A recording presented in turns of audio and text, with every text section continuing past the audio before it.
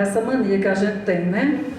E eu tenho muito isso, eu estou me controlando, viu? Estou, como se diz, me coçando, mas eu não vou fazer isso não. Eu vou abrir o debate, né? Vou fazer só um comentário para dialogar com a Jai. Recentemente eu fui em duas coisas dentro do Sindicato Nacional que foram de extrema aprendizagem, né? Eu comecei a ir para o GT, que a gente chama de GT das letrinhas, né? É o GT de políticas de classe, etnia, gênero e diversidade sexual. É um GT que só tem, as letrinhas vão aumentando, né? E a gente passou a chamar de GT das letrinhas. E aí eu tive um aprendizado assim. Na primeira reunião que eu fui, eu fiquei bem impactada. E olha que tem gente que acha que eu sou uma pessoa que avancei, né? E eu fiquei bem chocada comigo quando eu não estava avançando coisa nenhuma, né? Desse GT das letrinhas, a gente teve um debate muito interessante com o Theo Brandon, que é um homem trans que gestou, né? Ele é médico na Bahia. E eu fui para um debate sobre o direito à gestação.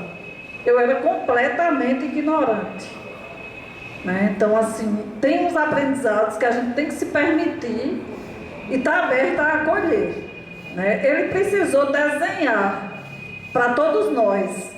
Não era somente para mim, certo? Mulher branca, cis, não. Ele precisou desenhar, inclusive, para travestis, para trans, para lésbicas, para todo mundo que estava ali, naquela plenária que era bastante plural, né? E ele disse, não, eu tenho inclusive uns biscoitinhos, eu tenho uns slides com os biscoitinhos que ajudam. Isso eu sou muito didático.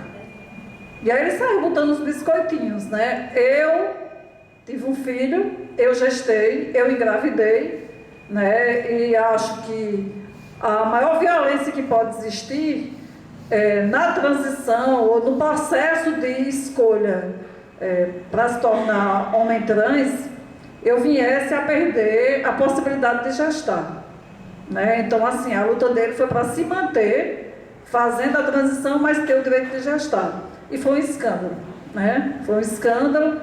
E aí, assim, ele foi contando isso e ele disse, olha, as pessoas têm muita dificuldade de entender, né, o que é ser hétero, o que é ser trans, e entender aquela sigla que não para de crescer, né, LGBTQIAPN, e aí tem hora que você não sabe mais o que diz, e às vezes você não se esforça para dizer, né, porque não é só não saber, é um esforço, tem que ser feito um esforço. É parecido quando a gente aqui tem situações, eu tenho muitas alunas, né, e eu tenho alunas que, assim, interagem comigo para além da sala de aula. Eu fico bem feliz que eu consigo ir um pouco além da sala de aula. E tem uma menina que ela dizia, eu só quero casar se for trisal, né? Se a pessoa não topar, eu não caso, né? Porque, assim, às vezes eu estou apaixonada por uma pessoa e posso me apaixonar por outra. Então eu não vou casar se não for trisal. E tentavam me dar aula disso, né? Sempre que a gente vai tomar café ali, que eu encontro o pessoal, a gente vem e eu vou assistindo aulas. Nesse GT eu tive essas aulas, depois eu fui para um evento nacional desse GT, né? E assim, a aprendizagem, tipo, ela não parou. Eu fiquei tão empolgada que eu disse, só tem um GT importante no antes. Eu comecei indo para o GT de História e Memória, para você ter uma ideia, eu não quero mais. Eu fiz, assim, a gente montou mais ou menos esse GT aqui, e Luciano Mendonça, como tem muito debate da ditadura, ele já, né, apurou, ele disse, ainda bem, eu não vou precisar mais ir para esse GT, Luciano vai, eu vou para o das letrinhas. O das letrinhas eu estou aprendendo enormemente. E isso tem mudado a minha experiência de ser mulher, né? A experiência de entender que existem mulheridades, transgeneridade, entender coisas que, assim, eu não estou na geração de Nilda, né, em termos de formação, mas eu estou aí no meio, eu venho logo depois. E eu tive uma família que ninguém chegou à universidade, só depois. Uma irmã acabou conseguindo fazer jornalismo, mas foi mãe muito cedo, isso atrapalhou, né? Porque a gente diz que atrapalha, que a mulher ela não pode ter o direito também a gestar e ter apoio, né? Porque não tem rede de apoio em canto nenhum. As mães que têm filho e vêm fazer curso superior, é uma verdadeira agonia nessa universidade, porque a gente não tem nada para elas. Elas são expulsas da universidade, elas entram e são expulsas. E aí, assim, a minha outra irmã ainda é doméstica até hoje, lá em São Paulo. Eu sou a pessoa que ascendi e me tornei a mulher rica, né? E aí é horrível por um lado e é maravilhoso por outro. Agora, minhas irmãs, de certo modo, até que vieram, né? Então, assim, acho que aqui a gente tem experiências variadas para a gente apurar com essa plateia, né? Acho que a sua fala talvez seja mais inusitada, né? Estou apostando nisso, não sei. Pode até ser que a fala de Nilza tenha sido mais inusitada. Porque hoje em dia acho que ninguém mais escuta falar em chifre, né? Essa palavra, ela perdeu um pouco o sentido, né? A ideia do chifre. Ela vai ter que, talvez, explicar esse conceito de chifre. Né? Ai, e a outra coisa assim, né? Quando o Zé Barbosa falando ali da Bíblia, eu realmente me segurei, viu? Porque eu sou professora de história antiga. Eu não sei como eu não peguei uma faca para enfiar em você. Minhas alunas aqui estão tudo rindo porque elas sabem, né, essa angústia. E acho que, Keila, é um pouco isso, né, Keila? É todo dia aprendendo. Todo dia. É uma mesa dessa, é a conversa de corredor. E acho que se a gente não se der esse espaço, se a gente ficar no espaço só do professoral, a gente não aprende nada, né? E assim, é muita aprendizagem que tem que ser feita. Bom, eu vou abrir e eu gostaria assim, de fazer blocos. Por mais que eu seja que todo mundo vai correr para fazer pergunta, né? Vamos aos poucos. Vamos aos poucos. Pode começar a se inscrever, vir aqui no microfone, falar, certo? O espaço está aberto para isso, para eu não ficar aqui querendo, me coçando aqui para ficar falando. Muito bem, todo e qualquer uns, né, se levante e venha para cá. Um de cada vez, né?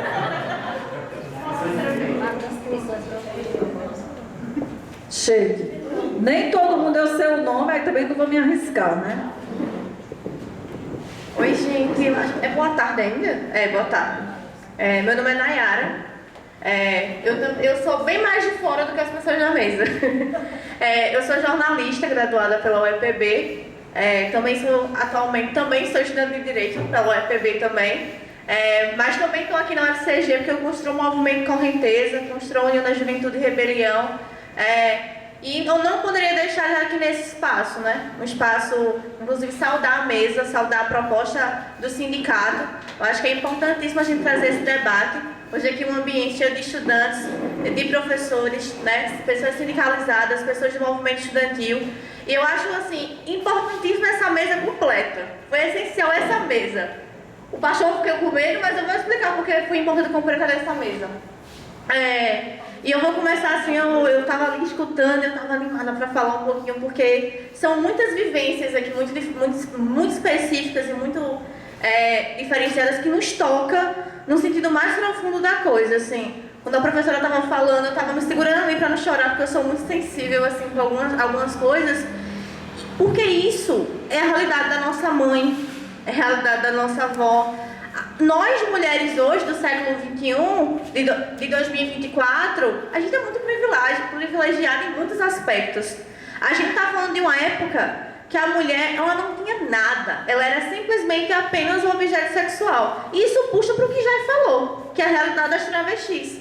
As travestis ainda hoje são um objeto sexual que a mulher cis foi em 1960 e 70. Então a gente vê o quanto que ao longo de toda a história, nossos corpos, né, nossa vida, sempre foi um negócio, sempre foi um pertencimento, né, sempre foi um objeto para os homens.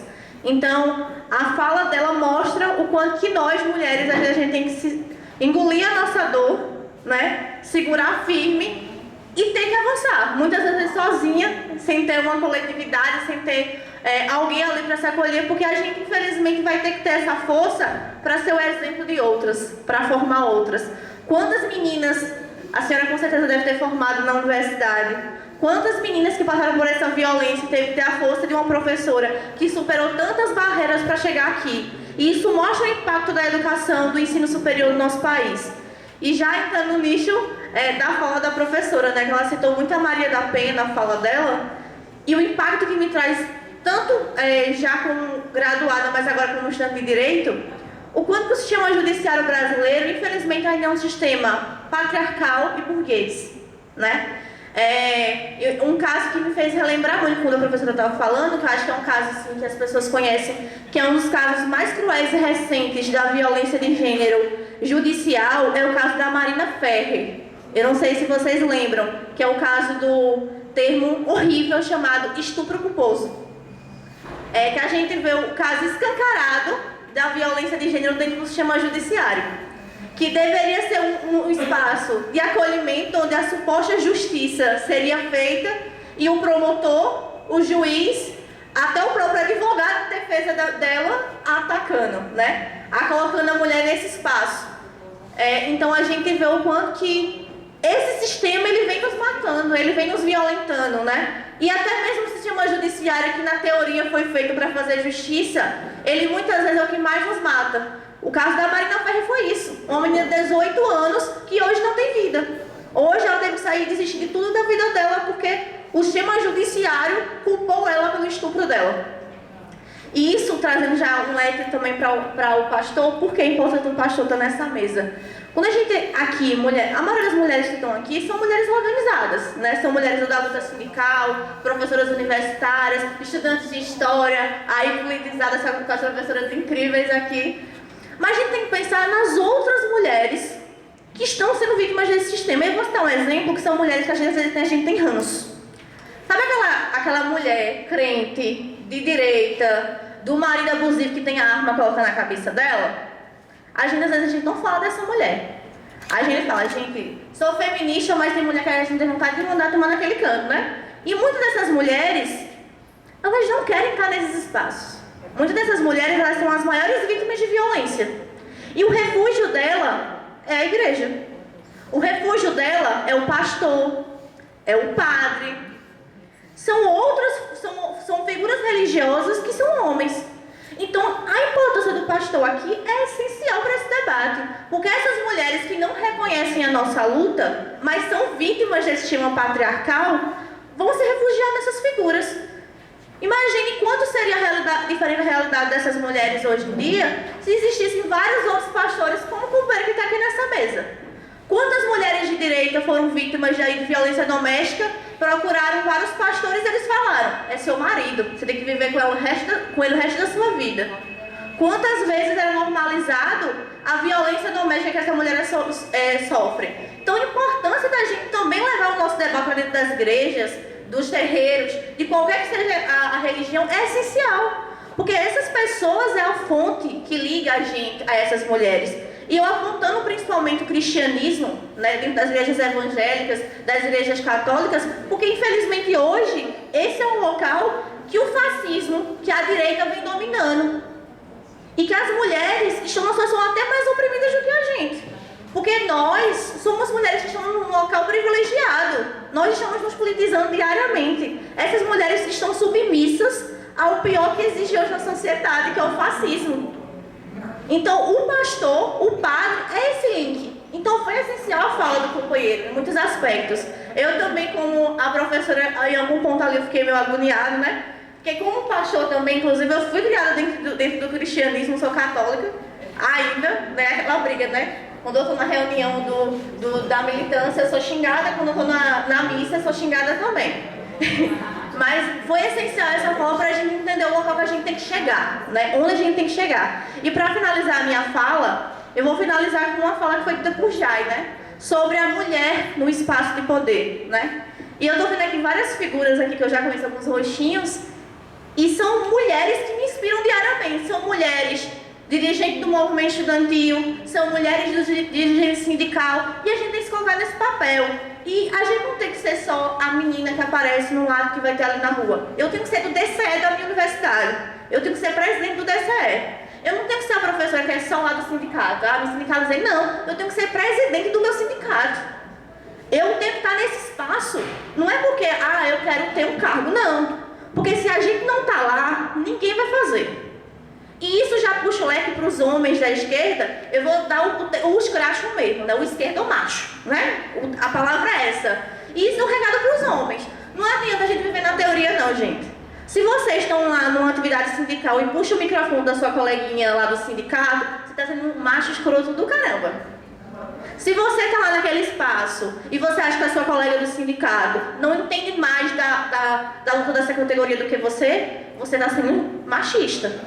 Você dentro do movimento estudantil que você acha só porque você é homem você consegue, eu tenho que ser um presidente do DCE, caramba.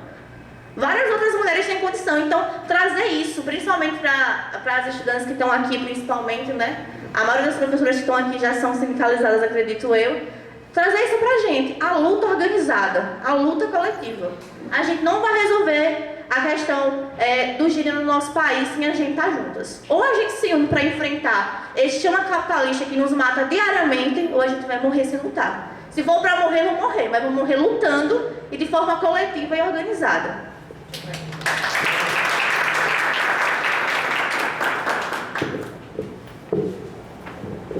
Microfone aberto. Sim. Ótimo.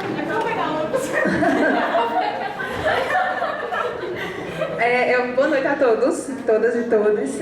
Eu vim logo porque, como eu disse, vou ter que pegar ônibus. Infelizmente, a minha pergunta vai ter que ser passada, né, para as meninas ali me responderem depois. Então, boa noite, né? Então, falando sobre... Sim, me chamo Tayane, sou daqui da casa, faço licenciatura em História, professora Marinalva, né? Eu entendi porque ela julgou. Na hora eu falei, tu entendi, viu? Mas, enfim, a minha pergunta vai para a professora Nilda, sobre a questão da academia em si. A senhora não citou tanto sobre como foi o preconceito aqui, que a senhora deve ter passado bastante dentro da academia, passado por machismo, preconceito. Como foi que a senhora chegou no lugar que a senhora está hoje, passando por aqui? Obrigada. Deixa eu fazer um complemento sobre essa questão da academia. Quando eu deixei de estudar para casar, eu estava fazendo a 8ª série. Eu estudava na Prata. E fui casar e depois não tive mais condições de estudar. Então fui para São Paulo, morei 10 anos em São Paulo, participei daquele movimento de 79, 78 na ABC Paulista e voltei para Campina Grande em 1980, querendo estudar. E aí, o que acontece? Quando eu voltei, eu fui na Prata pegar meus documentos para começar a entrar naquela época era científico. E não tinha mais meus documentos lá, porque tinha havido um incêndio e eu não tinha como provar que eu tinha feito até a 8ª série. Então, a primeira dificuldade que eu enfrentei na universidade foi eu ter feito o supletivo. Eu tive que fazer o supletivo do ensino fundamental, do antigo ginásio e do antigo científico. Então, essa identidade minha da universidade era vista de forma extremamente preconceituosa, não só porque eu era mulher, 33 anos, mas também porque eu vinha do supletivo. Uma turma que eu entrei na minha sala era jovens, a grande maioria de escola privada, vinha de escola privada, tinha acesso a livro, eu não tinha dinheiro para comprar, na época chamava-se apostila. Então eu não tinha dinheiro para comprar. Quem é que me ajudava comprando essas apostilas? Eram os meus colegas de partido, que eu já era do partido. Então eu me lembro que tinha um professor, um funcionário do Banco do Brasil, que era do PT, e ele dizia: o que é que você está precisando? Eu digo: arruma aí um livro de matemática, porque eu preciso estudar para fazer. Isso era para fazer o vestibular ainda. E eles me emprestaram. Edgar Malagodi me deu aula, os modos de produção, na minha casa. Chegou na minha casa e disse: você vai fazer vestibular? Vou. Então, assim, eu aprendi dessa forma para chegar na universidade. E isso eu sofri preconceito. E sofri preconceito de professores, né? na hora que ia discutir a história de seminário, eu não sabia nem o que era seminário. Olha, vamos ver, vamos organizar os seminários. Meu Deus, o que será isso? Aí, eu me lembro como se fosse hoje. O primeiro seminário que eu participei era em pé, na mesa da professora e o restante da turma. Minha perna fazia assim, tremendo, tremendo, tremendo. Porque eu tinha medo de falar. E eu era dos movimentos populares. Eu estava nas Malvinas, depois eu fui para Sapo Bodocongó, fui presidenta. Eu falava na minha comunidade, né? Mas aqui era o lugar, por excelência, da elite. Aí, esse foi um dos preconceitos, tá? Depois que eu terminei a graduação, interessante que mesmo com essas dificuldades todas, eu consegui terminar minha graduação no tempo certo. Tempo certo que eu estou dizendo, o tempo exigido, né? 4 anos e meio. Fiz minha graduação no mesmo semestre, me preparei para o mestrado e entrei no mestrado em Sociologia, estudando sozinha. Eu ficava até 3 horas da manhã. Quando eu fui fazer o vestibular, eu ficava tentando descobrir as fórmulas, porque naquela época você tinha que fazer as fórmulas tudo direitinho no vestibular. Né? E a mesma coisa eu fiz para o mestrado, estudando sozinha. Quando eu fiz meu primeiro concurso foi na UEPB, tinha 48 inscritos. Aí a dona Irã, não sei se vocês conhecem, passou em primeiro lugar e eu passei em segundo. Eu era a rainha daquela noite, porque eu tinha passado para um concurso da UEPB. Passei 3 anos na UEPB, foi a época que eu também fiz meu mestrado. Meu mestrado é sobre os agricultores aqui do Serrotão. Trabalhei com eles naquela época a gente passava 4 anos para fazer o mestrado, né? Hoje são 2. Aí foi quando eu entrei aqui. E quando eu entrei aqui, também tive, como professora, também tive preconceito. Eu fui dar a minha primeira aula, nunca esqueço disso. Aí eu estava falando, era uma história, acho que era uma disciplina de Brasília, era. E eu falando da relação entre a produção filosófica e as independências. Aí uma aluna olhou para mim, porque sabia que eu tinha vindo de uma história diferenciada. Professora, isso está certo o que a senhora está dizendo? Aí eu falei, se os pressupostos filosóficos não contribuírem para as independências, eu não sei mais o que é história. A filosofia tem um papel fundamental na relação com a história. Aí ela ficou calada, mas depois ela veio dizer assim, não, é porque eu não sabia. Eu digo, tá. Se você não sabia, você perguntasse de outra forma, né? Hoje ela é uma professora da UEPB. Gente finíssima, quer mal bem. Porque ela mudou. Ela se permitiu mudar. Então é isso. Vários preconceitos, mas depois, assim, tem uma coisa que eu acho interessante, é que eu acho que o principal preconceito foi o fato de eu ter feito o supletivo. Essa hierarquia, sabe, de que hoje eu vejo isso de forma... Eu não tenho, vamos dizer assim, angústia, porque não tenho nenhum problema psicológico por isso, não tenho não. Eu acho que isso me deu uma dignidade, sabe, que eu venci batalhas que não era uma batalha minha, mas era uma batalha social, é uma batalha de mulher, é uma batalha numa família que ninguém teve acesso à universidade. Então, hoje eu conto essa história me sentindo muito feliz, muito honrada, sabe? A minha história, eu tenho eu tenho 3 filhas, uma neta e uma bisneta. A minha bisneta tem 14 anos, ela estuda, faz o 9º ano. Ela chega para mim e diz, vovó, quero uma entrevista. Aí eu falei, ai, que bom. Elas, olha, tá todo mundo esperando essa entrevista. Quem é todo mundo? Todo mundo da minha turma, porque eu falo muito bem de você. Aí então, assim, eu fico muito orgulhosa de passar para minha neta, para minha bisneta, né? Essa referência de mulher que luta, que ainda tem muito o que aprender. Eu não vou dizer que eu não tenho, eu tenho demais o que aprender.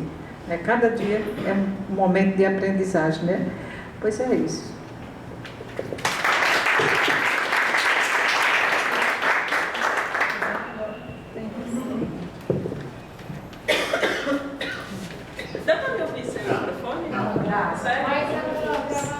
Ah, tá. Boa noite, gente.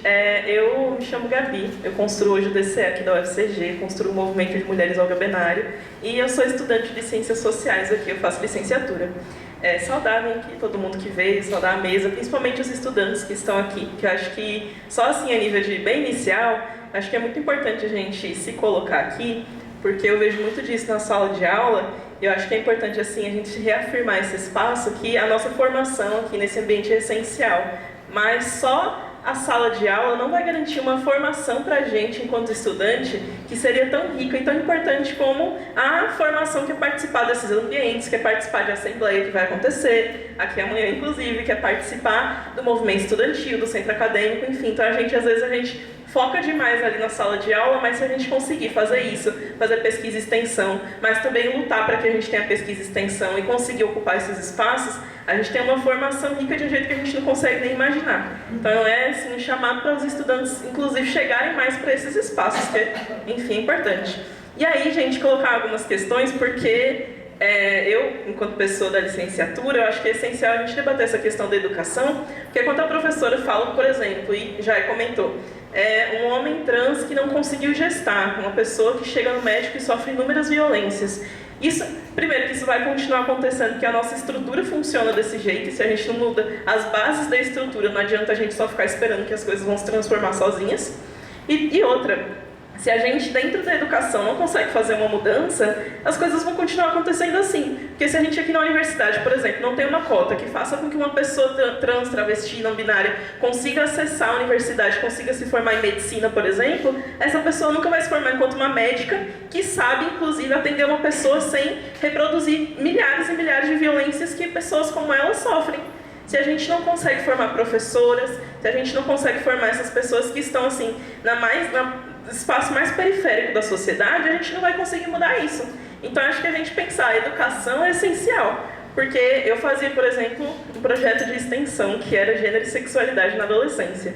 E a gente aqui na universidade, vamos pensar várias coisas para levar para os estudantes e tal. Mas quando a gente chegou lá, a realidade era outra, porque é uma escola lá, enfim, no fim do mundo, lá na periferia de Campina Grande, em que chega uma estudante para mim e fala: tia, ela, enfim, desse tamanho, tia, eu acho que eu tô grávida, mas eu não tenho coragem de dizer pra minha família. Tia, meu pai bate na minha mãe, ele foi preso, agora ele saiu da cadeia, a gente tá com medo. Tia, não sei o que, não sei o que lá. E a gente tem que lidar com isso. E a gente fica muito chocado, mas essa é a vida de todo mundo, essa é a realidade de milhares e milhares e milhares de pessoas. A gente, pra que uma minoria tão pequena que às vezes a gente se choca muito com o que acontece. Mas esse é o mundo real. Porque quando a gente fala, por exemplo, que a gente tem a Lei Maria da Penha. A Lei Maria da Penha é só, enfim, um paliativo. É inclusive uma mulher que passa por todo esse nível de violência, de desrespeito, mas é um paliativo, porque ela não é preventiva. Você tem que esperar a mulher ser morta, ser assassinada, ser agredida, para depois disso passar por todo um processo de julgamento com o cara, para dizer se ele foi culpado ou não. Enquanto isso que aconteceu com essa mulher, com a família dela, ela já morreu, ela já foi violentada, ela já foi estuprada, já aconteceu mil coisas, enquanto a gente não tem nada, inclusive, que vai prevenir que isso aconteça.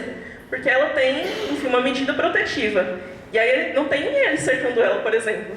Precisa acontecer, ela tem a medida protetiva, mas precisa que a pessoa chegue, violente, aconteça alguma coisa para ir lá. E na polícia ele fala: eita, desrespeitou a medida protetiva, e agora a gente vai buscar fazer alguma coisa. A gente vai adicionar aqui mais um BO em 750 mil BOs que esse cara tem, e não vai acontecer uma coisa de verdade. Então por isso eu acho que é essencial a gente pensar na estrutura, quem é as pessoas que a gente está formando dentro dessa universidade, e, enfim, como é que vai ser feito isso? Porque se a gente pensa na mulher empoderada, na pessoa que é independente, ser uma mulher independente, muitas por aí são. Porque eu falo pela minha família, por exemplo, da minha família inteira, eu sou a única pessoa que teve acesso a uma formação superior. Muitas pessoas, inclusive, sequer terminaram. Minha mãe não conseguiu terminar o ensino fundamental, foi para o EJA, porque morava lá, enfim, na roça de Minas Gerais. E aí conseguir chegar até aqui e se colocar e colocar as necessidades dela é impossível. Então se a gente não conseguir fazer esse trabalho de formiguinha, fazer esse trabalho de base, fazer essas narrativas, conseguir chegar a esse espaço, a gente não consegue mudar a estrutura social. E se a gente não faz como a Nayara falou, e chega nas pessoas lá na periferia e diz: aí, isso que a gente está sofrendo se chama fascismo. Se a gente não vê e pensa, por exemplo, que o governo de Bolsonaro nos atacou, nos violentou extremamente, se os direitos das mulheres não tinham nenhum tipo de investimento para manter, para investir na nossa vida, na nossa possibilidade de dignidade, isso vai continuar acontecendo, então a gente tem que chegar nessas pessoas e fazer um debate muito franco em relação a isso. E aí eu acho que é essencial que a gente chegue aqui e faça esses debates, mas que a gente extrapole isso, que a gente leve isso para outros ambientes, principalmente, que a gente pense como a gente precisa de uma educação realmente transformadora, uma educação onde a gente consiga chegar nessas pessoas, e uma criança que acha que está grávida, inclusive, não tem que passar por esse nível de violência, que ela tenha o mínimo de educação sexual, que a gente não pense só, enfim, eu vou dizer aqui para as crianças o que é uma genitália, o que é uma vulva, qual o formato de uma vulva. Não é só isso. É a criança saber o que acontece, é saber como ela pode se proteger, é saber que, inclusive, enfim, o que pode acontecer aí na rua, é saber que muitas vezes é ruim, mas a gente busca muitas vezes andar protegida, não andar sozinha, que é muito ruim, mas a gente tem outra opção. Por enquanto a gente não tem. Agora, se a gente realmente pensa uma educação transformadora, pensa formas de chegar na sociedade, chegar nas grandes massas, fazer esse debate, conseguir transformar isso, mudar a estrutura da sociedade, aí talvez a gente consiga realmente sair desse campo das ideias, onde, nossa, seria ótimo se a gente não corresse risco de vida andando sozinha de noite na rua. Seria ótimo se eu fosse no médico, por exemplo, e não fosse violentada. Seria ótimo se uma pessoa trans pudesse visibilizar em todos os direitos dela, para além de só você ter o direito ao hormônio, porque o hormônio ali é uma questão dentre milhares e milhares de outras da possibilidade de se manter viva. Então, assim, para finalizar, a gente fala muito de narrativa, enfim, acho que é importante esse debate, mas eu trouxe aqui o jornal que eu construo, que é o Jornal Verdade, que a gente fala muito na verdade, mas é a verdade de quem? E é um jornal independente, ele é construído por pessoas como nós, por trabalhadores, por estudantes, por pessoas que muitas vezes não têm acesso nem à internet, são pessoas que muitas vezes precisam ter isso aqui, para saber o que é um fascismo, para saber o que é machismo, para saber o que a gente precisa tratar na educação. Então a gente continua e vai continuar, e a gente distribuiu o jornal, inclusive, do DCE para todo mundo, mas continuar construindo um jornal como esse, porque é dessa forma que a gente vai chegar nesses lugares, que a gente chega na família dessa criança que achava que estava grávida, de crianças que são abusadas por aí. É assim que a gente chega até esses lugares. Então chama atenção para a gente pensar essas narrativas, para a gente conseguir também fazer a nossa narrativa, e não só aquela, inclusive, da burguesia, não só aquela das pessoas que estão lá em cima querendo falar por nós. Então aproveito aqui para chamar vocês para construírem um jornal. Se quiserem comprar com a gente, é só R$2, a gente está por aqui, a gente sempre leva ele para todos os lugares. Mas a gente está chamando também não só para comprar o jornal e nos apoiar, porque ele é independente, então não tem financiamento, não tem publicidade, mas também construir um jornal que seja realmente popular. E aí, só assim, para finalizar mesmo, que eu acho essencial a gente pensar, que se falou muito sobre o companheiro estar aqui, quem está na mesa, quem não está. Se a gente não tem uma pessoa que ocupa esse lugar de privilégio que ele estava falando no nosso lado da luta, a gente não consegue avançar. Porque se as pessoas que estão aqui não conseguem apoiar a luta de uma pessoa e conseguir acolher uma pessoa travesti, por exemplo, pela dignidade de vida dela, como é que a gente avança nessa luta? Porque sozinha a gente não vai. Então a gente, inclusive, trazer essas pessoas, uma pessoa branca, que é cis, que é hétero, que é privilegiada, que é rica, que é não sei o quê. Se a gente não consegue trazer essa pessoa para esse lado, para construir uma luta com a gente não consegue avançar, porque a gente precisa desse nível de transformação. Então tá aqui ocupando esse espaço essencial, também em relação ao que Nayara disse. Então acho que é essencial a gente construir esse debate, a gente avançar nesse sentido, construir, mostrar para as pessoas a nossa narrativa, do que a gente vive no nosso dia a dia, e a gente conseguir focar, inclusive, numa educação que vai chegar em todos os espaços, para além do que a gente está acostumado aqui na universidade, que é muito confortável para a gente ainda, né? É muito confortável uma pessoa, assim, filho de um milionário, fazer medicina na Universidade Federal, mas o menino que é pobre lá na favela nem sonha que ele pode, inclusive, conseguir chegar aqui na universidade. E quando consegue, é naqueles cursos que todo mundo considera inferior. Porque, por exemplo, eu faço ciências sociais, as pessoas já ficam, oh, meu Deus, você tem a oportunidade de entrar na Federal e fazer ciências sociais? Pois é. Porque eu acho que, assim, é essencial de que a gente discuta isso, de que a gente discuta a educação, e eu quero, eu espero me formar. Mas é isso, gente. Importante a gente fazer esse debate, chamar vocês para conhecer a luta que a gente está fazendo, principalmente os estudantes, para conhecer a luta que a gente está fazendo com o DCE, com os centros acadêmicos, e se unirem a essa luta e apoiarem aqui o nosso jornal.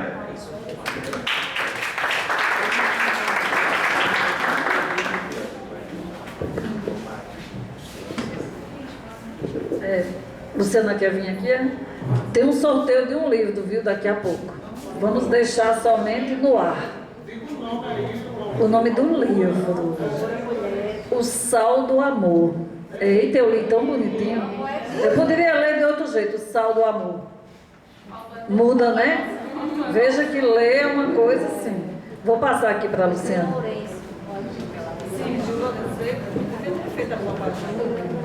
Agora sim, boa noite, né? Boa noite, gente. É um prazer estar aqui, participar desse debate. Infelizmente cheguei um pouquinho atrasada, então perdi as falas dos colegas, né? Tanto de Zé quanto da Jai, mas tenho certeza que foram ótimas, né? Pelos comentários, e vou ver a gravação, vamos espalhar o vídeo, né? Porque muita gente gostaria de estar aqui e não pôde, né?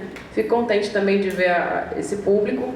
E claro, né, de uma proposta como a que foi feita pelo grupo, né, um grupo de estudos que pensa a questão da cidade, trazida aqui para a DUF, e a DUF ter, né, em nome da professora Marinalva assumiu, então, a coordenação desse evento. Então, dizer da importância, né, da gente estar em todas as instâncias lutando contra o machismo, o patriarcado. E não é só no mês de março, no mês da mulher, não é uma luta só das mulheres, né? Então, a ideia de trazer Zé, a gente tinha também outros companheiros que a gente queria que estivessem aqui, porque não é um debate que só as mulheres devem fazer entre elas. Pelo contrário, os homens têm que estar ativos nessa luta. Não é uma questão que interessa só as mulheres trans. Não, é uma questão que deve envolver toda a sociedade. E, sobretudo, para eles que a gente tem que fazer essas falas, para que essas pessoas que todos os dias nos agridem, muitas vezes, né? Sem perceber, porque está tão enraizado, tão naturalizado, comecem a perceber essas várias violências, né, que nos acometem. E nós mulheres também, porque nós mulheres, obviamente, né, a gente, por ser um aspecto estruturante da sociedade, né, que nós vivemos, então a gente também acaba reproduzindo isso, né, e a gente precisa estar o tempo todo lembrando. Eu só queria, assim, pensar junto com a mesa, como é que a gente pode, nesse momento em que a gente está debatendo a questão sobretudo da representatividade, né, de termos mais mulheres no parlamento, em cargos, né, de gestão, né? A gente está prestes a ter uma eleição, a consulta, né, para reitora, né? Quem sabe um dia a gente tem uma reitora na UFCG, ainda que seja algo remoto, né? Porque é uma estrutura muito ainda enraizada nesse patriarcado, nesse machismo. E, claro, a gente sabe também que não basta ser mulher, tem que se reconhecer como, né, dar essa identidade, tem todos esses aspectos da interseccionalidade, né? Ser mulher, pensar a questão da classe, a questão do reconhecimento, né? Que cada uma tem, né? A gente sabe bem que também no parlamento aqui em Campina Grande a gente vai ter eleição, né? Temos poucas mulheres e as que temos, a maioria ainda são muito conservadoras, não defendem as pautas de gênero. Então, o que a gente pode fazer para mudar esse quadro, né? A gente estava no dia 14 fazendo uma homenagem, né? Uma audiência pública que foi convocada pela vereadora Ju Oliveira. Ela estava falando, a gente fez a homenagem a Marielle, lembrando o quanto essas violências, o quanto esse assassinato, por exemplo, esse fato que até hoje não foi devidamente elucidado, né? Assusta ainda muitas mulheres, né? Quando as mulheres entram na política ou entram em cargos, elas, né, geralmente sofrem todo tipo de violência, né? Física, verbal, né, institucional, e acabam até desistindo, né? Muitas vezes até desistem antes de tentar, né? E a gente sabe que dentro do sindicato muitas vezes é assim também, enfim, das instituições que compõem a sociedade. A gente não pode se iludir, porque a universidade, por exemplo, ela tem infelizmente, essa característica, né? Por mais que a gente tenha tentado avançar, tem uma política de combate ao assédio, né, que foi aprovada, mas na prática a gente tem poucas ações, né, para combater. O fato de termos talvez mais mulheres na gestão faça com que os encaminhamentos talvez desses casos sejam levados mais a sério. Mas até que ponto a gente consegue de fato prevenir? Não é só uma questão de punir o agressor, que também é fundamental, é importante, é algo que educa, né, também, mas é preciso, sobretudo, coibir essas ações, né, antes que elas aconteçam. Não é esperar que aconteça para tomar. Prevenção, exato. Então, queria que vocês comentassem um pouco sobre essa questão da representatividade, né, e da importância de termos mais mulheres nesses cargos, como a gente pode, talvez, né, ampliar isso, né, essa presença feminina né, de mulheres trans, mulheres, enfim, cis, todas as mulheres, né, e pessoas que estejam sensíveis também a essa causa, né. Obrigada.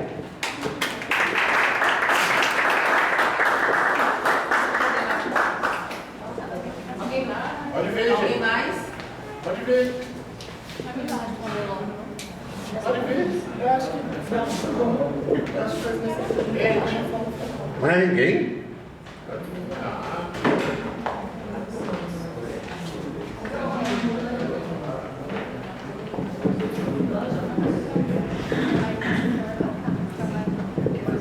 Boa noite.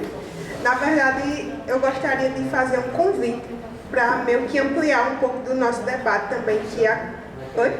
Sim, meu nome é Jéssica, eu sou do curso de História.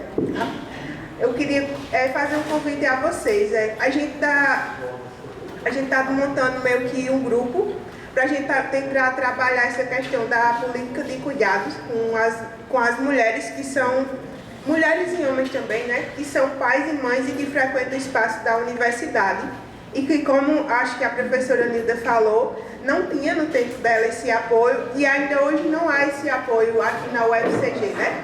Então, sexta-feira, a gente vai discutir lá no CH, né? Essa vai ser uma palestra que vai ter vários representantes dessa questão feminina, para a gente tentar levantar essa questão do projeto da brinquedoteca do CH, tá? Como um espaço de apoio para tanto mães e pais que precisam frequentar o espaço da universidade e não tem essa rede de apoio nem em casa e nem aqui. Então, quem quiser participar do debate vai ser lá no CH às 9 horas, sexta-feira.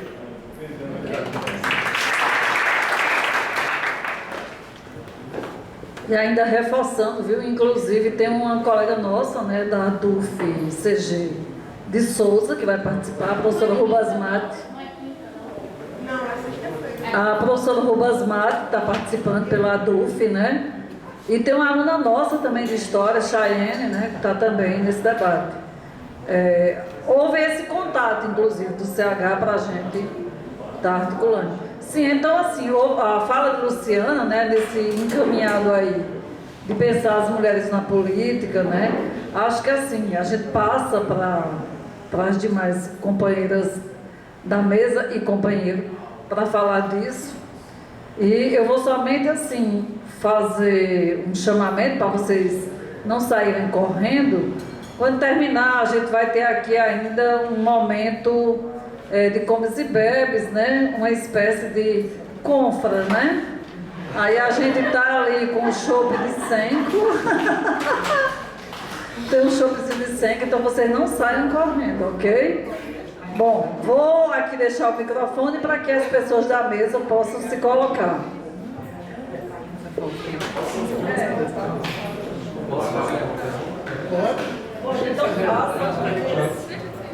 passa antes que a gente queira fechar.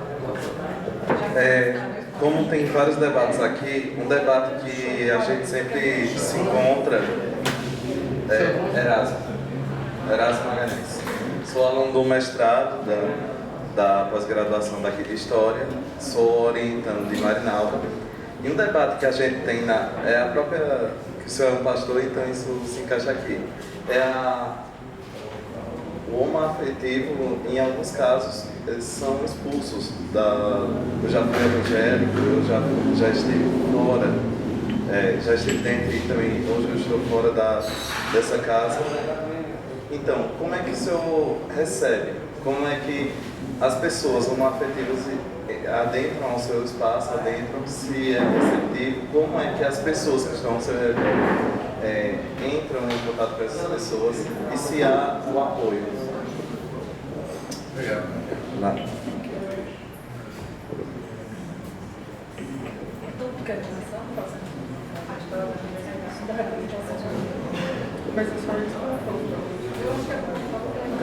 Tu pode pegar meu celular, por favor?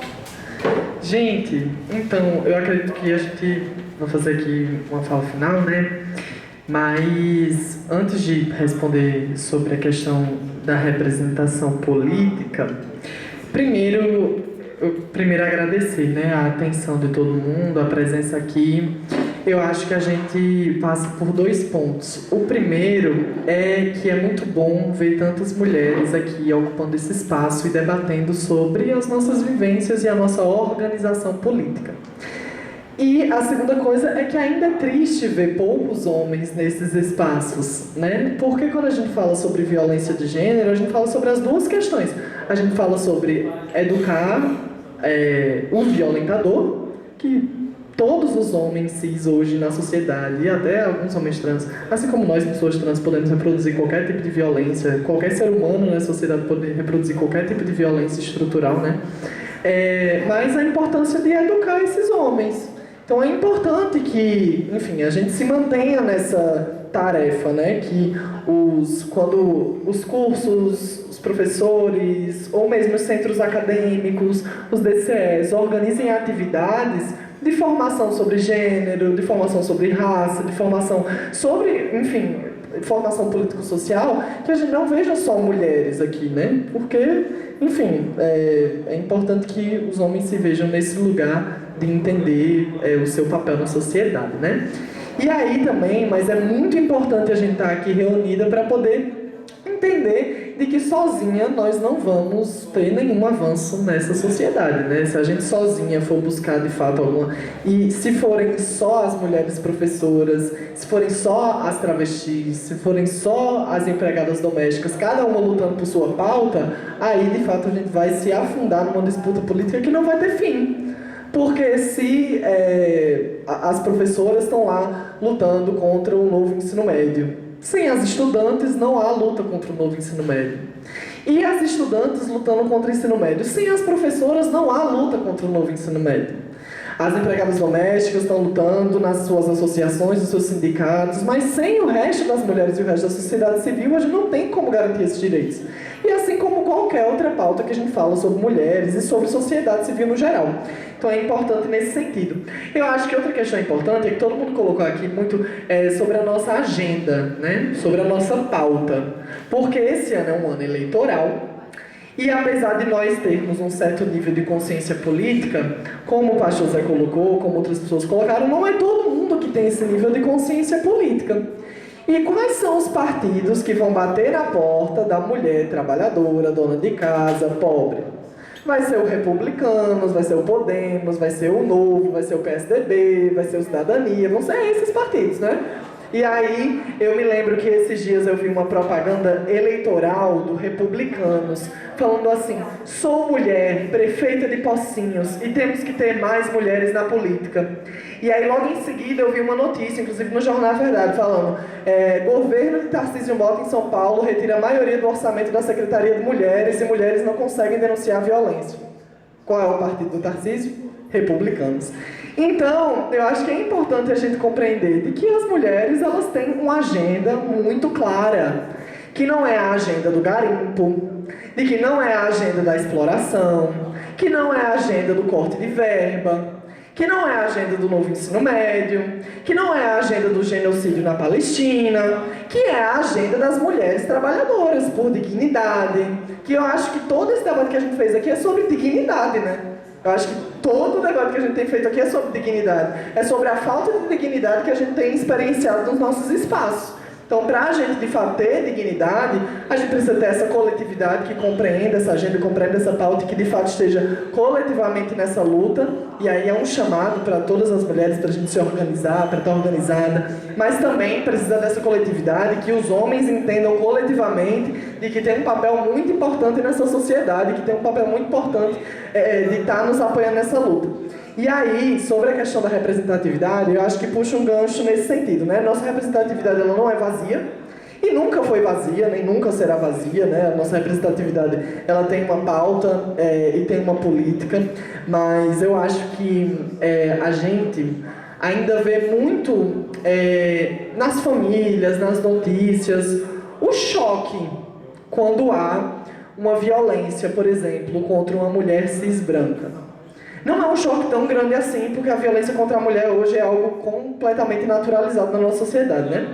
Mas ainda é um choquezinho, assim, né? Ainda dá um caramba, coitada, não sei o que, não sei o que, não sei o que. Mas eu convido a reflexão sobre que choque a gente tem no papel da violência contra uma mulher negra, contra uma mulher com deficiência, contra uma mulher em um emprego subalterno, contra uma travesti.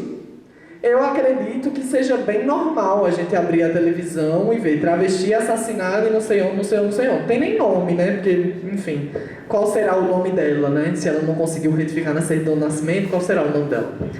E é muito natural para a gente observar essa questão, assim. E eu acho que, como a professora colocou, desnaturalizar o silenciamento.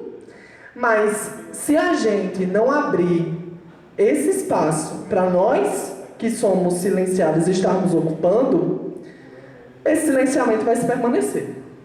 Porque a gente consegue se desconstruir, a gente consegue fazer todo esse processo, né, de entendimento das outras dialéticas que não estão passando pela nossa vida, mas na prática, a gente vai estar falando, não, porque a travesti não sei quem, porque a mulher trans não sei quem, não, porque as mulheres negras, não, porque a mulher com deficiência não sei quem, e a travesti vai continuar sendo morta, as mulheres negras vão continuar nos empregos mais subalternos, as mulheres com deficiência vão continuar infantilizadas e sendo ainda mais sujeitas ao espaço doméstico.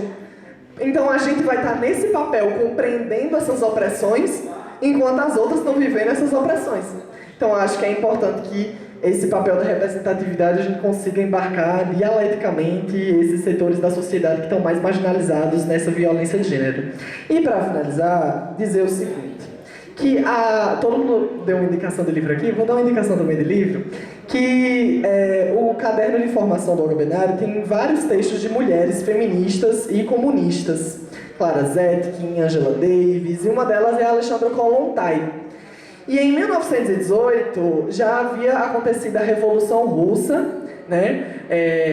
A lei havia determinado a igualdade de gênero, de salário, de direitos, de várias questões, incluindo o aborto legal, mas existia um problema que a Alexandra Kollontai escreveu o seguinte: a lei equipara a mulher em direitos, mas a realidade ainda não a libertou. As operárias e camponesas continuam subjugadas ao trabalho doméstico como escravas dentro da própria família. Os operários devem agora cuidar para que a realidade tire dos ombros delas o fardo da lida com os filhos e alivie às operárias e camponeses o peso dos serviços de casa. A classe operária também está interessada em liberar a mulher nessas esferas.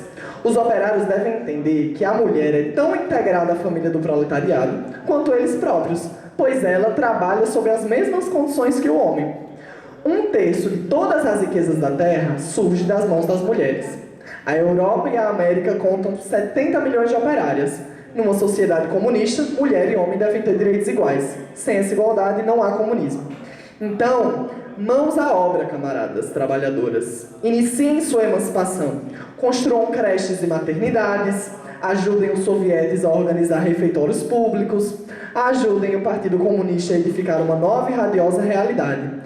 Tomem lugar nas fileiras de todos os que lutam pela libertação dos trabalhadores, pela igualdade, pela liberdade e pela felicidade dos filhos de vocês.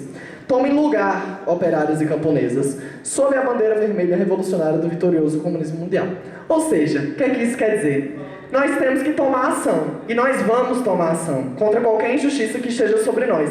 Mas a gente não vai ficar calada enquanto os homens de esquerda se mantêm reproduzindo violências dentro das suas casas. Mantém a mulher fazendo a comida, cuidando do filho, enquanto, por exemplo, a gente tem 6 meses de licença maternal e 5 dias de licença parental. O que isso diz? Significa que o homem não tem que cuidar do seu filho. Então é isso, eu acho que a gente tem muito a avançar, mas eu acho que a gente está num caminho brilhante, e eu acho que esse caminho passa pela representatividade de todas as mulheres trabalhadoras nesse âmbito e pelo apoio intrínseco dos homens nessa luta. E é isso.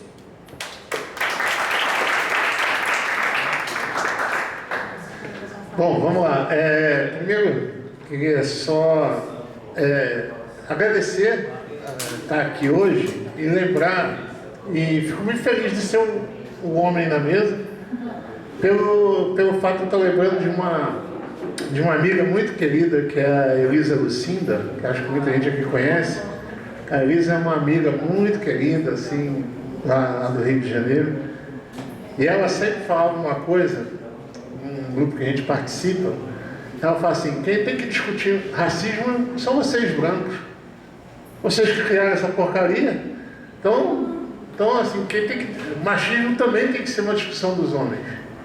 A gente é que criou essa porcaria, a gente é que banca isso. Então, eu fico feliz de estar aqui para poder falar sobre isso.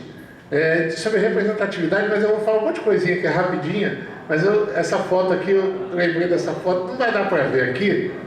Essa foto aqui é a foto da Comissão de Mulheres da Câmara de São Paulo. Tá? São 6 homens. É a Comissão de Mulheres da Câmara Municipal de São Paulo. É só para vocês verem como é que a coisa é. Eu vou pegar um monte de coisas que foram faladas aqui e falar, Marinalva, eu escolhi falar a partir da teologia. Eu poderia também falar a partir da história. Se eu fosse falar a partir da história, aí sim, a história da igreja é uma história terrível de dominação da mulher. Então, tem toda como é que eu digo assim, toda a autoridade para querer me esfaquear aqui, porque é vergonhoso, é vergonhoso. A história da igreja, eu vim pelo viés teológico, porque eu acho que a gente precisa argumentar nessa linha, mas reconhecendo que a história é perversa, nesse sentido. E vamos lá, pontuando coisas rapidinho. Quando eu falo Maria Madalena, o que Maria Madalena foi? Ela foi o quê? Uma... Não, muita gente fala uma prostituta, uma adúltera. Olha só para falar uma coisa, não há nenhum versículo na Bíblia, preste bem atenção, não há nenhum versículo na Bíblia que diga que Maria Madalena foi prostituta, nem adúltera. O único versículo que fala sobre a vida dela diz o seguinte: Maria Madalena, da qual Jesus expulsou 7 demônios. Ponto. E mesmo assim, quando a gente vai analisar o texto bíblico, a questão, o que era chamado de demônio naquela época, geralmente porque era uma mulher revolucionária. Como é que Jesus expulsa o demônio de Maria Madalena? Reconhecendo a revolução como algo bom. Vem para o meu lado e a gente vai lá caminhar junto. Então, não há nenhum versículo dizendo que ela foi prostituta ou adúltera. Nenhum. Olha como o senso comum passa para a gente essa coisa. Quando a gente fala dessa mulher, da mulher virgem, que tinha que casar virgem, eu lembro de um livro, gente, que eu achei num sebo uma vez, eu tive que comprar.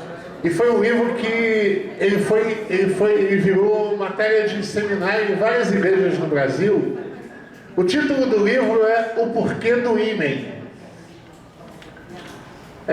O Porquê do Ímen. E aí esse livro defendia uma tese de que o ímen, por que alguns casamentos não davam certo? Porque as mulheres não casavam virgens e porque o rompimento do ímen, preste atenção, o sangue derramado no rompimento do ímen, ou seja, a parte de um erro, né, até de um erro fisiológico, que nem toda mulher sangra necessariamente, mas que o sangue derramado pelo rompimento do ímen era o símbolo do sangue de Cristo sobre a relação. Então, o que acontecia quando a mulher não era mais virgem? Ela tinha que orar para Deus recompor o ímen dela. O negócio é nesse nível. Outra coisa, a violência dentro das igrejas. A maioria das mulheres violentadas no Brasil hoje estão dentro de igrejas evangélicas. E elas permanecem violentadas, como a Ana disse, porque o pastor fala, você tem que orar pelo seu marido.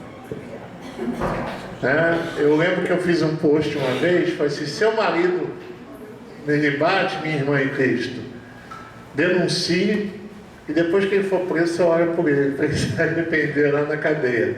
Mas primeiro faz a denúncia. E se bobear, denuncie o seu pastor também, que ele está sendo cúmplice. Então a gente tem que fazer isso. Outra coisa, esse exemplo da mulher sofredora, preste atenção no que eu vou falar agora. Isso está sendo hoje a gente tem uma mulher que está exemplificando isso para o Brasil. Michele Bolsonaro.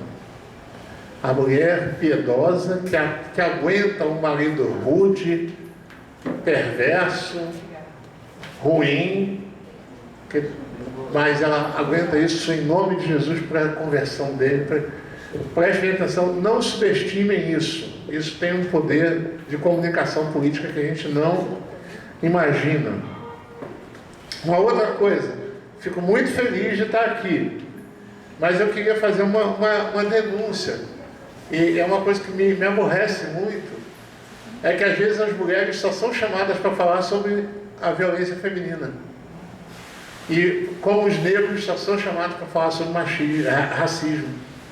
Como se a mulher não pudesse falar de economia, como se ela não pudesse falar de outros temas. Mas ela só... Aí vai falar tem que chamar um monte de mulher, porque a mulher tem que falar sobre isso. Aí quando é economia, a gente pensa nos quais são as mentes brilhantes. Aí vem um monte de homem. Vamos falar de história, mas quando é de alguma coisa assim, isso também. Você está falando sobre ela. É sempre chamada para falar dessa coisa, como é ser mulher trans. Desculpa o termo, eu sou pastor, mas é foda isso. Entendeu? É porque o negócio é complicado. Entendeu? Porque isso é violência. Isso não é violência. Eu digo que já só pode falar sobre isso. Então isso é um tipo de violência que a gente tem que... E as duas últimas coisas, rapidamente, para responder a pergunta do Erasmo, que eu vou ter um prazer enorme de responder, Erasmo. Como mudar esse quadro, Luciana? Aqui eu vou falar uma coisa que... Preste bem atenção no que eu vou falar. A esquerda precisa aprender com os evangélicos.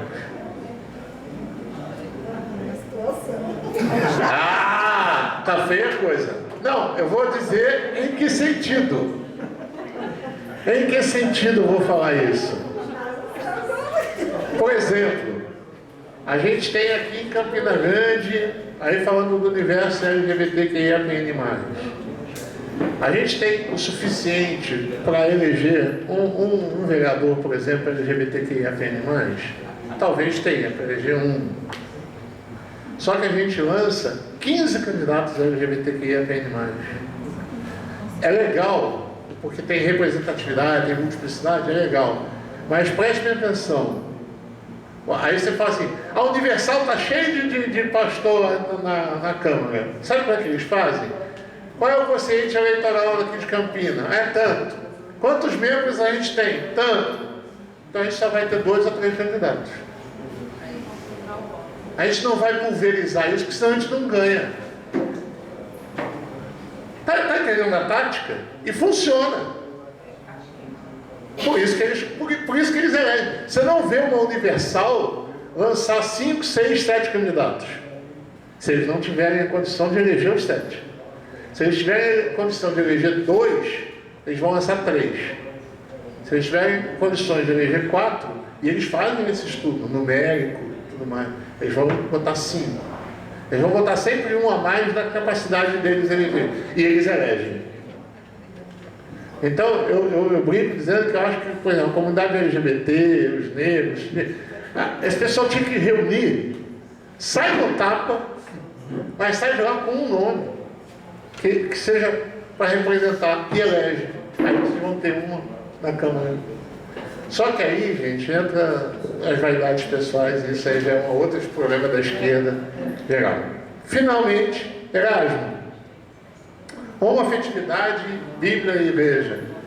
Eu fico muito à vontade para falar sobre isso, porque em 2015, foi quando eu conheci a Elvia por falar disso, foi através disso. Eu comecei um movimento em São Paulo, eu morava em São Paulo nessa época, e eu comecei um movimento chamado Jesus Cura a Homofobia.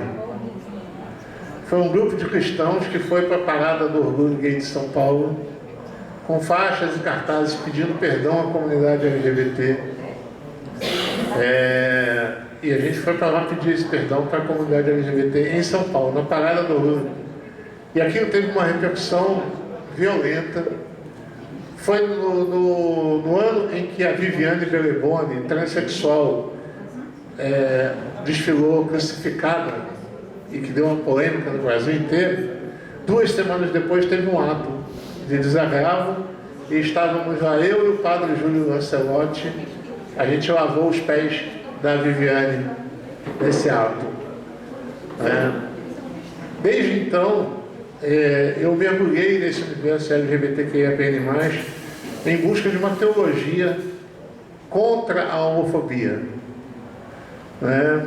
em busca de mergulhar nesse tema. Em 2017, eu tive a honra de ser chamado para falar na abertura da Parada do Orgulho Gay de São Paulo. Vocês imaginam um pastor, um homem cis, hétero, branco, falando na abertura da Parada do Orgulho Gay de São Paulo, em cima do trio elétrico, para 3 milhões de pessoas. É um negócio absurdo. E, então, na comunidade que eu pastoreio, por exemplo, aqui em Campina Grande, a gente tem lá um casal de lésbicas, um casal de gays, outros gays que frequentam, e não são membros de segunda classe, porque tem igrejas que fazem o seguinte, aceitam até a página 2. A gente acolhe, você é muito bem recebido aqui, desde que ou você seja, por exemplo, como tem na Igreja Batista da Lagoinha, em Minas e em outros lugares, um gay não praticante. É sério, gente. Não, aí calma. E aí eu conheço gente lá do movimento e falo, pastor, todo mundo se pega lá dentro, é uma pegação legal, mas a imagem é de que não acontece. Então pode ser gay desde que não seja praticante. Ou então pode ser, mas não assume cargo na igreja, não pode tocar, não pode cantar, não pode pregar. A gente já rompeu com isso. Eu faço parte hoje de uma aliança de batistas, da Aliança de Batistas do Brasil, que tem a pastora Ódia, que tem, por exemplo, a pastora Adriana Carla, pastora da Igreja Batista de Bultrins, aqui em Pernambuco, lésbica. Que tem a pastora Alexa Salvador, que é da ICM, da Igreja das Comunidades Metropolitanas, mas que faz parte do universo da ABB, pastora transexual. Então, para a gente, não é que você é gay e é aceito. Eu odeio essa palavra, aceitar. A sua igreja aceita gay? Quem sou eu para aceitar ou não alguém? A gente abraça, porque todo mundo tem que ser abraçado. O que eu acho mais incrível nisso tudo não é o fato de um pastor acolher um LGBTQIAPN+. É de um LGBTQIAPN+, se sentir à vontade na minha igreja. Ele é que me acolhe, na verdade. Ele é que me perdoa, porque quando eu olho assim, eu sou, como eu falei no começo, eu exemplifico toda a opressão. Então, quando ele me vê e me acolhe, é ele quem me acolhe. Eu me sinto acolhido por ele, por elas. Então, isso é muito bom. Então, eu fico muito tranquilo para dizer, em relação a isso, eu creio que não é pecado os textos bíblicos que são utilizados, eu não vou me demorar aqui, mas os textos bíblicos são muito mal utilizados. Aí eu falo da mal utilização do texto bíblico, são traduções criminosas. Tem um texto lá que diz, não herdarão o reino dos céus os efeminados e os homossexuais. É uma tradução vergonhosa, não é isso, e eu dou aula de grego. Então, posso afirmar, o texto grego não diz isso. Então, há traduções que são criminosas, há traduções que são machistas, misóginas, e a gente luta contra isso. Então, na minha visão pastoral, não há pecado, pelo contrário, celebre a Deus na sua diversidade, celebre a divindade que você quiser na sua divindade, ou a não divindade se você for ateu. Mas celebre a diversidade, celebre a sua vida como é, porque isso é que eu parto, e aqui terminando mesmo, eu parto do princípio de que Deus nos criou desse jeito, e aí eu falo da minha fé.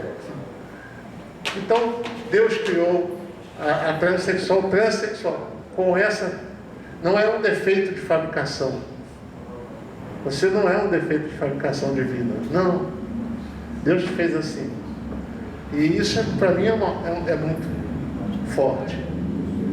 Deus fez uma lésbica, Deus fez um gay. Então, celebra Deus desse jeito, com a sua diversidade. Porque é assim que eu entendo o Evangelho, é assim que eu pretendo viver a minha prática pastoral. Muito obrigado. E daí passar para as duas colegas fazerem os finalmente, né? Porque estamos ali na iminência de começar um outro momento dessa atividade, né? De vez em quando ela fala, mas devia ter um shopping aqui, um shopping. Vamos aí, a professora Nilda e a professora Keila para fazerem os seus encerramentos, ok? Para a gente ir para a parte que reverbera a degustação. Bom, eu queria responder a questão que a Luciana levantou, que é outro espaço extremamente complexo e difícil. Estou dizendo isso porque eu fui candidata em 2020, inclusive com o apoio da professora Elma, que foi uma das pessoas que, junto com outras mulheres, me convidaram. Foi uma experiência riquíssima, mas eu queria dizer que, para nós, mulheres, que estamos num sistema patriarcal, onde o sistema partidário, o sistema dentro dos partidos, mesmo os de esquerda, ainda são extremamente machistas. Há uma hierarquia dentro dos partidos, muitas vezes dissimulada. Muitas vezes dissimulada. Tem coronéis. Tá? Tem machista. Então, assim, é uma luta tão grande para a gente ser candidata. Se é uma luta que a gente, dentro da gente, a gente já tem medo, porque a gente nunca fomos indicadas a participar da política. Porque política era lugar de homem, e era lugar de homem branco, de classe média para cima, e não mulheres filhas de trabalhadores. Foi preciso uma lei para dar 30% de uma cota dentro dos partidos, para que os partidos começassem a abrir mão, para que as mulheres pudessem se filiar e ser candidatas. Inclusive, a gente sabe da quantidade de denúncias que se tem em vários partidos de usarem as mulheres como candidatas laranjas.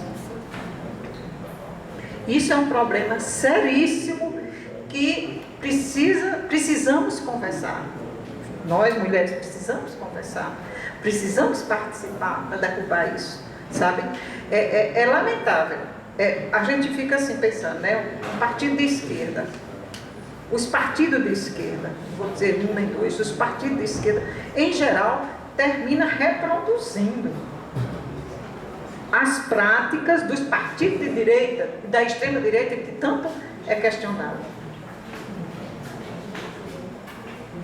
Então, assim, uma das coisas que eu sempre, inclusive acho que ele já ouviu falar sobre isso e outras pessoas, precisamos de um projeto, e aí eu estou falando dentro do Partido dos Trabalhadores, do qual eu sou filiada.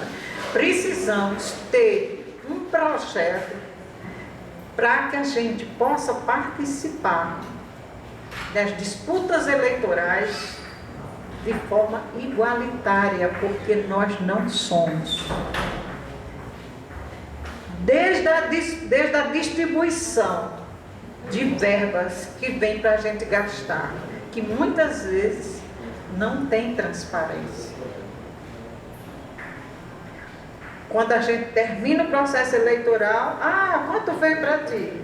Para mim veio 5 mil. E para fulano, um homem, 12 mil.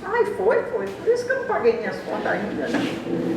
Então, assim, isso é lamentável. Aí, vamos sair do partido? Não, pelo contrário. Eu vou continuar lá brigando para que a gente tenha minimamente um partido que tenha a igualdade entre gêneros, sabe?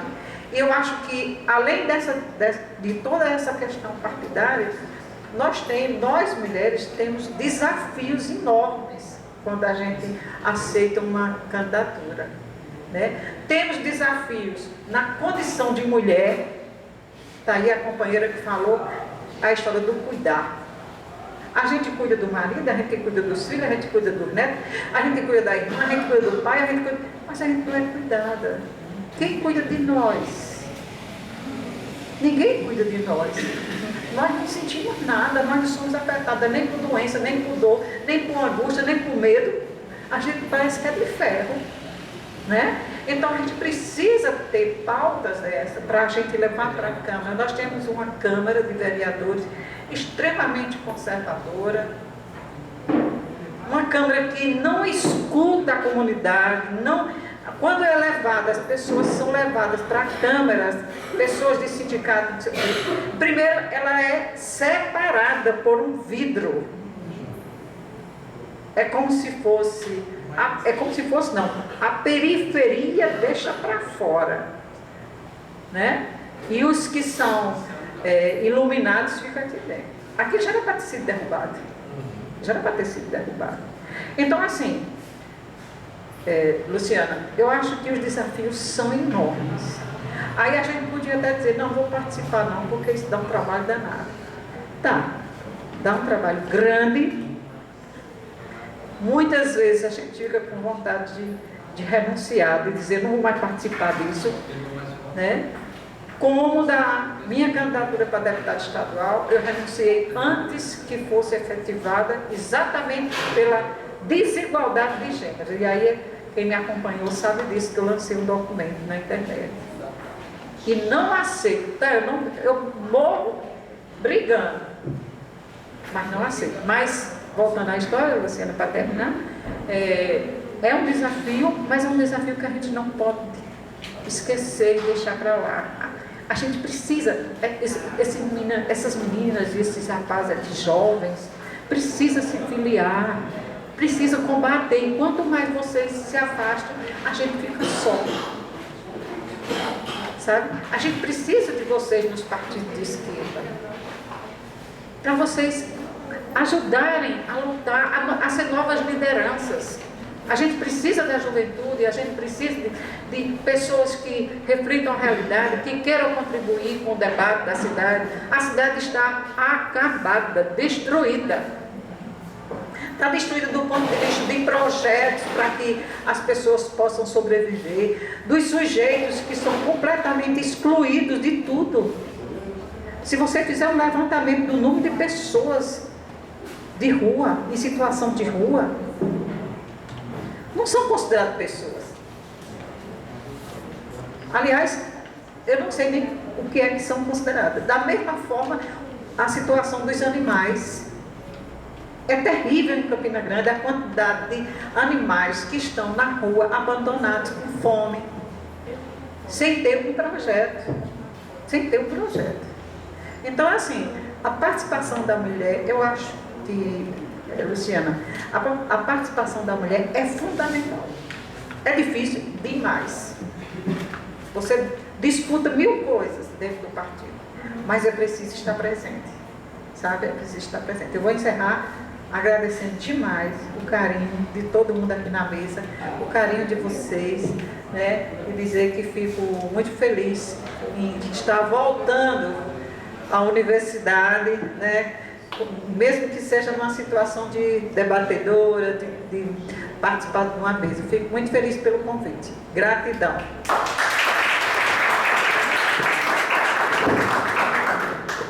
Permita 10 segundos, só para dizer que eu conheci Nilda também antes de morar em Campinas, inclusive fiz fazendo campanha para ela mesmo sem... Eu só não vou fazer campanha esse ano porque eu também vou ser, mas eu torço muito. Mas é porque Nilda, gente, se for votar em mulher, vota em Nilda, por favor. Eu estou fazendo campanha. Vai pedir voto, não, desculpa. Eu errei, está na gravação, para isso aí, por favor. Volta da edição do Então, gente, para finalizar, para responder a pergunta de Luciana, porque ela me afeta, né, a questão da representatividade, eu confesso que nesses 34 anos aqui na universidade, eu nunca me senti, assim, um espaço de construção coletiva interessante. E sempre me frustrou muito. Seja aqui no sindicato, a gente vive algumas tentativas, né? Na unidade acadêmica, que é uma desunidade, não é unidade, a gente detesta a reunião do departamento. Então, todos os espaços pretensamente coletivos, tirando o programa interdisciplinar de apoio à terceira idade, que virou a Universidade da Terceira Idade hoje, né? No passado, hoje, tem menos professores, mas tem pessoas no coletivo. Mas aqui na universidade eu sempre tive essa angústia de construção coletiva, porque você só pode representar um coletivo. Então, o primeiro ponto, para você representar um coletivo, você tem que ter construído algo coletivamente. E essa construção coletiva eu nunca senti do ponto de vista político, né? Senti através daquele programa que hoje virou a UAD. E aí, quando eu fui tutora do PET Educação, que eu passei 6 anos no bairro das Malvinas, né? Que foi quando eu me deparei com a história das Malvinas. Eu sou uma pessoa, uma mulher de classe média, que vivia em bairros que não tinha associação comunitária, nem clube de mães. E aquilo me fascinou muito, porque eu sempre tive essa angústia de vida comunitária. Eu tenho essa fome de vida comunitária. E aí, que coisa interessante você morar num bairro que tem uma associação, que tem um clube de mães. Eu sempre morei em bairros, assim, no máximo, minha rua, a rua José de Alencar, a gente teve uma vida comunitária, mas era o máximo, algo muito limitado, eram comemorações, festas. E aí, realmente, o tempo que eu passei nas Malvinas, então, foi uma pedagogia da coletividade. Né? Me encantei com a história das Malvinas. Dona Rivonice Sobreira, que é a mulher que eu homenageio nesse livro, né? Além da participação da professora Nilda, mas eu estou falando de líder comunitária. É tanto que coloquei, mirem-se no exemplo das mulheres malvinenses, né? Porque realmente foram mulheres que me ensinaram, olha, é possível pensar, agir, lutar, construir algo coletivamente. Essas mulheres me devolveram essa esperança. E aí eu não tive mais vontade de sair das comunidades populares. Realmente é uma fonte que é nessa fonte que eu encontro. E aí, a semana passada eu fui na SAP de Bodocongó para falar sobre um projeto que eu quero desenvolver lá. Estava vendo uma mesa, foi até a Nilda que divulgou uma mesa sobre o mês das mulheres, né? E aí eu fiquei, como vocês estão aí nas cadeiras, para participar da dinâmica que já estava traçada, as pessoas na mesa. E encontrei 2 ex-alunas do curso de cuidadores de idosos aqui da UFCG, que a gente ofereceu através do PIAT no passado e a UAT agora uma turma que se formou. Aí a aluna começou, ai professora, tudo bom? Tudo bem, fiquei sentada. Aí começou as pessoas da mesa falar, aprendi muito com aquelas mulheres, muitas falas potentes. E aí uma das alunas, olha, disse a coordenadora da mesa, chama a professora Keila para falar. Eu digo, não me chama para falar, não, eu estou aqui para ouvir, eu não queria, a professora da universidade. Mas assim, o que me emocionou foi quando a André disse, não, é importante a professora falar, porque ela deu o curso a gente que foi importante para a gente. E elas disseram, esse curso é o que elas mais querem, as líderes comunitárias, gente. Elas querem cursos. Cursos para as pessoas ganharem dinheiro, gerar renda. Quantos cursos aqui a gente da universidade pode oferecer para as comunidades, né? Só tinha eu ali, professora da universidade, só tinha eu, como se fosse uma coisa estranha. Mas o que me deixou gratificada é que, eu faço algum trabalho que tem uma resposta social. Isso me deixou feliz, né? Então, assim, a representatividade não é possível se a gente não tiver construção coletiva, sabe, Luciana? Então, assim, tem mulheres aqui na universidade que me representam, tem mulheres aqui na universidade que não me representam. Então, não vamos romantizar os lugares, né, das diferenças, ao fato de ser diferente eu vou votar.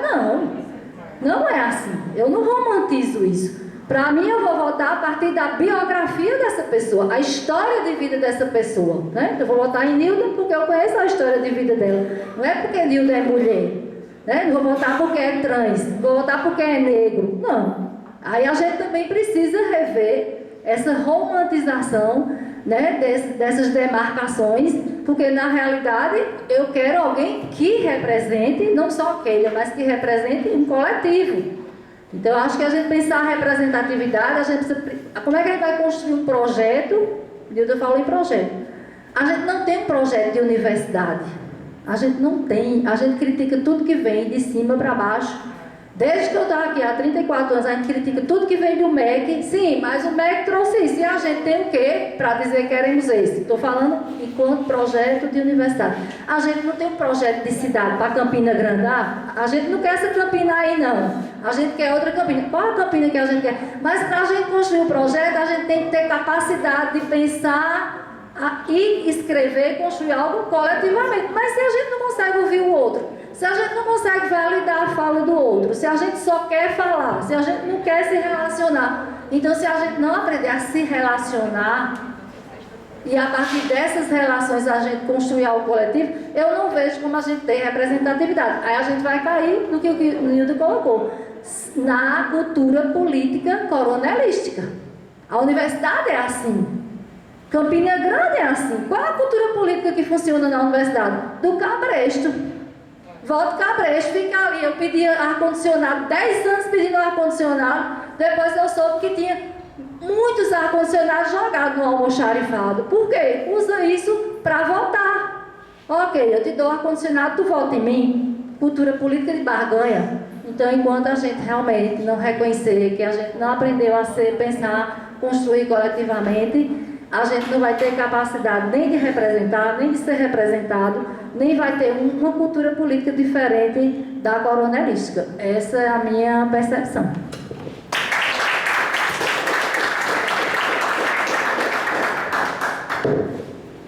Bom, agora em nome da DUF, né, eu vou agradecer que vocês propuseram, aliás, né, é bom que fique claro, propuseram o debate, fizeram o debate. É um grupo de formação política que nós temos e que a gente pediu para a Luciana. É falta de hábito. Só um minutinho. Nós temos um grupo de formação política. Esse grupo é bem diverso, né? E aí a gente está fazendo uma série de atividades. Entre elas, a gente pensou no mês da mulher, e aí a gente pediu a Luciana para ela fazer essa interlocução com a DUF, o que nos honrou muito, porque a DUF aceitou e a gente está muito feliz. A gente vai fazer caminho de roçado. Ótimo.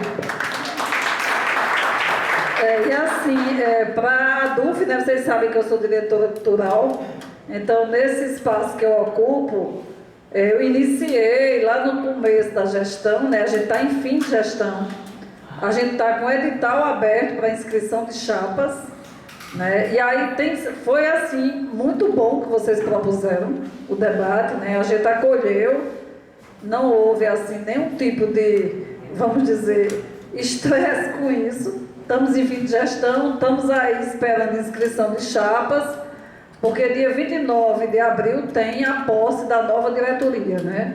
Então, estamos aí até dia 27 desse mês, com possibilidade de inscrição de chapa para vir aqui levar adiante, né? Levar adiante aqui as coisas do sindicato. Então, é agradecer que vocês propuseram, acho que foi muito bom. Não se impressionem com a falta de homens, eu não me impressiono, tá? A gente vinha numa articulação que era muito boa no início, houve uma quebra. Talvez se a gente tivesse continuado insistindo e tal, a gente tivesse com isso aqui cheio, né? Mas assim, vamos ter tranquilidade, né? Eu sou bem acostumada a ser gato pingado, então não tenho o menor problema com isso.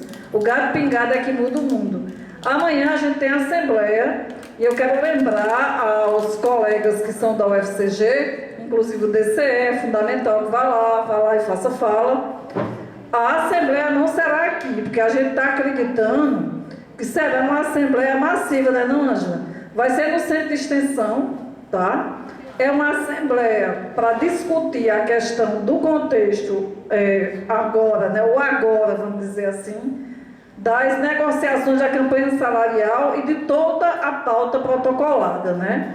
E aí são muitos detalhes na pauta que a gente colocou para o atual governo. Amanhã, 9h30, lá no centro de extensão, ok? E outra coisa, né? Porque a gente fica chamando os alunos, não sei o quê, é uma assembleia de professores.